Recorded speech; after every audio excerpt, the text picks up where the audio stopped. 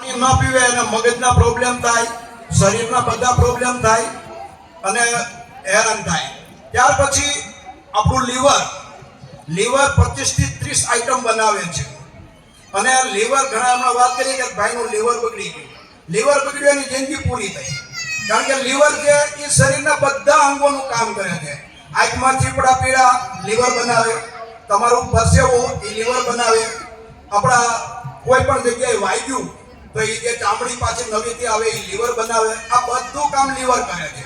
અને લીવર જ્યારે બગડે ત્યારે એને ફેટી લીવર કહેવામાં આવે છે. તો એના કારણે માણસ પછી ધીરે ધીરે બીમાર પડે છે. હવે હું જે બોલ્યો તમને એવું લાગે કે ભાઈ બોલે છે આ જોવા ક્યાં જવું, જાણવા ક્યાં જવું.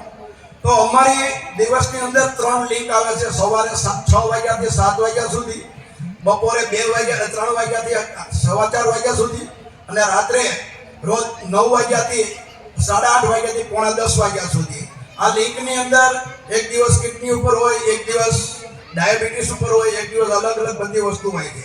આપણે ઘરની અંદર પરિવારમાં રહેતા હોઈએ, આખો દિવસ મોબાઈલ લઈને બેસી જઈએ, મોબાઈલ જોયા કરવાનો, છોકરાને કોઈ જવાબ નહીં આપવાનો, ઘરવાળી એનો મોબાઈલ લઈને બેઠી હોય, દીકરાઓ એનો મોબાઈલ લઈને બેઠા હોય, ભાઈ એનો મોબાઈલ લઈને બેઠો હોય, ઘરના કોઈ વ્યવહારિક કામકાજ કોઈ વસ્તુ થતી નથી.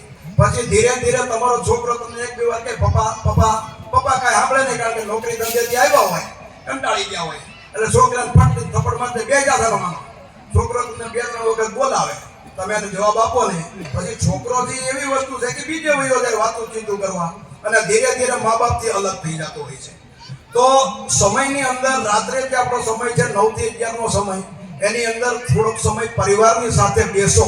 જો પરિવાર સાથે બેસતો, નિત્ય સ્વરૂપ સ્વામી ઘર સભા કરે છે એમ ઘરે કાંઈક વાંચો, વાંચીને એની ઉપર થોડી ચર્ચા કરો તો ઘરની અંદર આનંદ રહે.